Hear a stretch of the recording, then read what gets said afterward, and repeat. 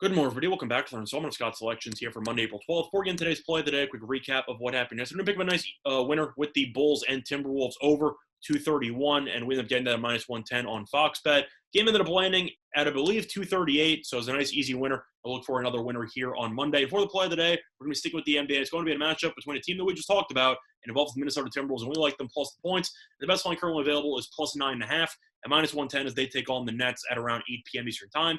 And that line is currently available at 2:19 a.m. Eastern Time. Covering why the Timberwolves in the spot. First of all, the line has already moved a decent amount. Line has gone from Minnesota plus 10.5 to plus 9.5. Some of you might be wondering, well, why is the line moved since the Nets are one of the best teams in the East and Minnesota is one of the worst teams in the West?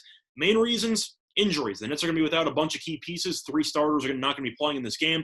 I know that Durant ended up returning to the lineup and has played the last couple of games. However, the Nets will have no Kyrie, no Harden, and no Aldridge for this game. Aldridge has an illness. He's been ruled out. Harden's going to be out for the next week or so with a hamstring injury. And Kyrie is officially out for another personal matter situation.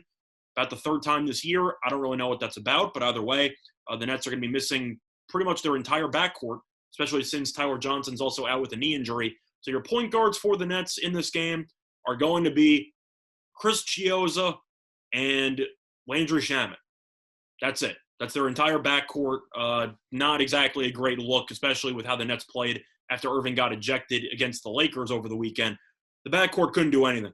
And you look at Minnesota, this team might be underwhelming, but they have played better lately, mostly because of the return of D'Angelo Russell, who has been phenomenal off the bench in his first 4 games back. He scored at least 17 points in every game, and he has scored at least 25 points in 3 of his first 4 games. So he's been really, really great. Scored 25-plus points yesterday against Chicago. And it is a little bit of a revenge game. Going to be returning home.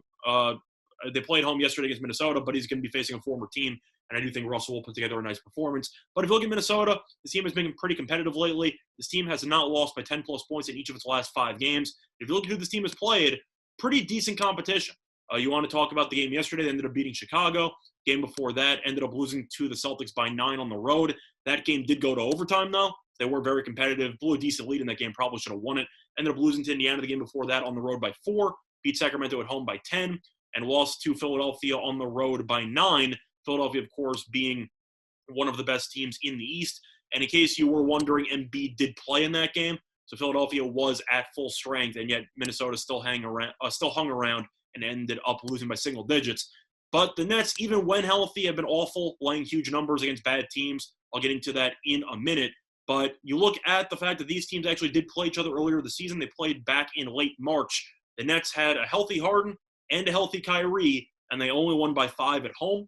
Harden had 38 points, Kyrie had 27. Now, both of them are not going to be playing. Of course, Durant missed that game. But Durant is still, I don't want to say he's on a minute restriction, but it seems like the Nets are kind of easing him back a little bit. I don't expect him to play more than 30 minutes. And missing Harden and Irving are just going to be too huge to overcome, in my opinion, since the Timberwolves kept the first meeting close anyway. But you look at the trends in this matchup, the Nets have been awful as a favorite. The Nets are 2-10 ATS in their last 12 games as a favorite. And the Nets historically have really been awful when it comes to traveling to Minnesota. The Timberwolves are 14-2 ATS in the last 16 meetings in Minnesota.